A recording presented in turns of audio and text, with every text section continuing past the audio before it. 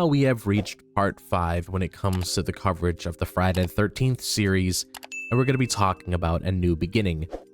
And one of the many reasons why I like this film is because it's a lot different from the other 4 Friday the 13th movies that we've seen, because when it comes to this film, this is the very movie outside of part 1, of course, that didn't feature Jason Voorhees, because as of Friday the 13th part 4, Jason Voorhees is dead.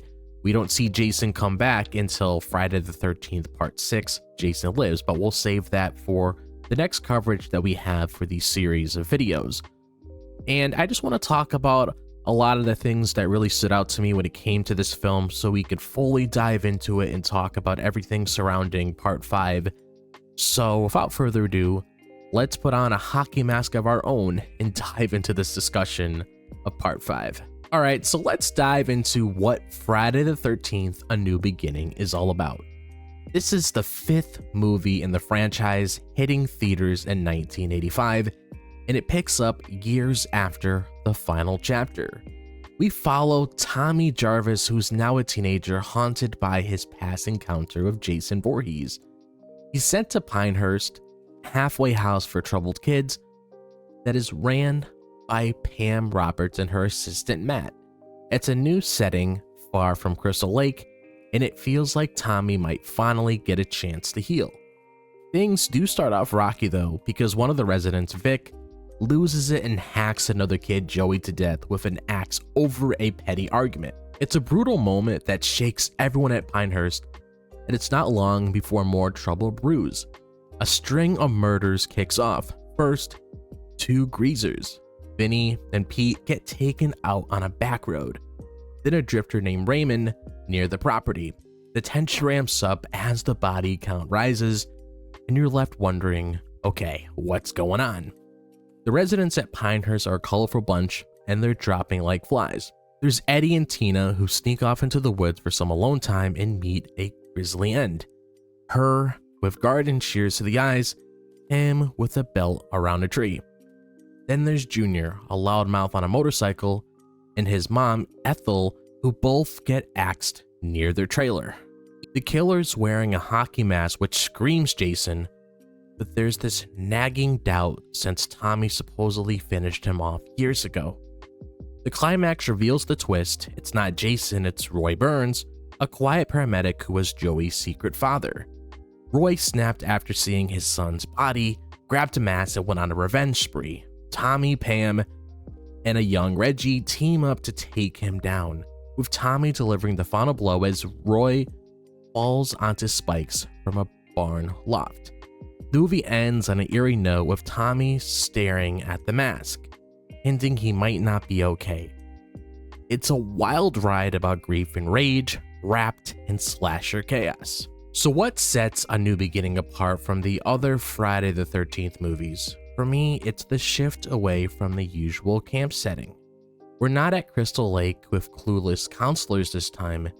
It's all about Pinehurst, this isolated halfway house surrounded by woods, and that change gives it a fresh vibe. Like the filmmakers wanted to test new ground after 4 films of lakeside carnage. It's a gamble that makes this one feel distinct. And the cast is another standout. Pinehurst is overflowing of characters. Pam, the caring leader, Reggie, the kid with a big smile, and even side players like Jake, Robin, who's just trying to fit in. Then you've got outsiders like Ethel and Junior, and it's a lot to keep track of, but it creates this bustling, unpredictable energy where anybody could be next. And I love how crowded and lively it feels. The death scenes are a huge part of what makes this movie pop. They're inventive and nasty, like Vinny getting a flare jammed into his mouth or Tina's eyes gouged out by shears. There's also Junior getting decapitated while riding his bike, which is just bonkers. The gore is cranked up and it's got that 80s excess I can't get enough of. It's not classy, but it's got a raw punch that sticks with you. That Roy twist though, that's the real kicker. Making the killer a grieving dad instead of Jason was a bold move. It turns the story into something more human, less about the boogeyman and more about a guy pushed too far. Fans argued about it, And I get why some miss Jason's presence, but I think it's a daring choice. It's what makes A New Beginning a black sheep in the series, or better or worse. Now let's zoom in on Tommy Jarvis because his arc in this movie is something else. We catch up with him years after he took down Jason, and he's a shell of that brave kid from the final chapter. He rolls up to Pinehurst quiet and withdrawn, barely saying a word to Pam or Matt. You can see the weight of his past and how he moves. He's jumpy, like he's expecting something awful around every corner. Early on, Tommy's kind of a mystery. He's got this weird hobby of crafting masks, which creeps out the other residents, and he snaps when Eddie messes with him. There's a moment where he hallucinates Jason coming after him, and it hits you. He's still trapped in that nightmare. I feel for him. He's not some action hero, just a guy trying to hold it all together. As the murders pile up, Tommy's journey gets murkier. You can't help but wonder if he's cracking under pressure. He drifts in and out of the story. Sometimes he's there, watching from the sidelines, other times he's just gone. It's frustrating but real. He's not leading the charge yet, he's too broken. And I like how they show his struggle instead of making him an instant badass. The end is where Tommy shines though. When Roy corners Pam and Reggie in the barn, Tommy steps in, machete in hand, and he helps finish the fight.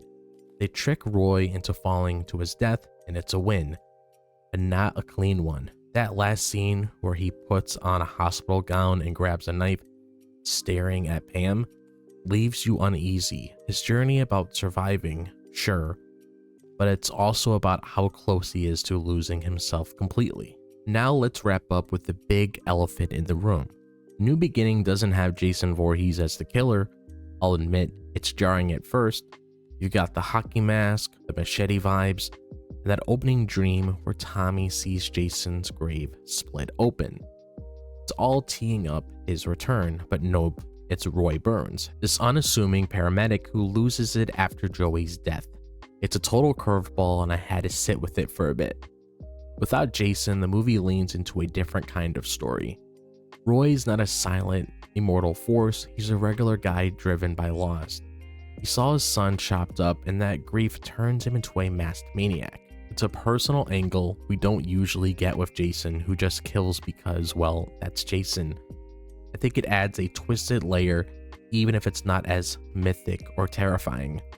That said, Jason's absence leaves a gap. The dream sequences set this expectation he's back, only to yank it away when Roy's unmasked. It's a letdown if you're here for the unstoppable slasher king, but Roy's no match for that legacy. I felt a little cheated the first time, like they pulled a fast one, but still, the movie commits to its choice, and Roy's rampage keeps the bloodshed flowing. What's cool is how it still nails the Friday the 13th feel. The mask, the woods, the stalking, it's all there. Just with a new spin. Roy's kills are vicious enough to carry the slasher torch, like when he takes out the Billy with an axe to the head. It's not my top pick in the series, but I give it props for trying something fresh. Jason or not, it's a chapter that sparks debate, and I'm here for it. So those are my thoughts on Friday the 13th, Part 5, A New Beginning. I had a lot of fun with this film when I was watching it for the first time, and of course several times after. And I think what really made me appreciate the film, outside of Jason really being involved in this film, was how it took a new approach. That's something I can give it props for because it tried something new. It had Roy Burns as the killer within this film, and you understood his motive based on what happened with Joey earlier in the movie, and that's what made it so interesting to follow along as the movie was continuing to see exactly, okay, is this Jason or not? And then when you find out, you're like, okay, that's something that definitely I wasn't expecting.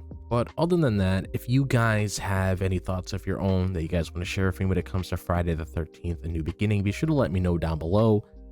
Be sure to like and subscribe if you enjoy the content on this channel. Be sure to follow me on my social media when it comes to my X, Instagram, TikTok, and Facebook. All the link to that is located in the description below. Be sure to click on that bell for notifications. You guys are notified whenever I'm dropping a video on the channel. But Other than that, I hope all of you guys are having a fantastic day, wherever the day may be, if it's the daytime, the nighttime, or the evening. And I'll see you guys in the next video. As always, peace out.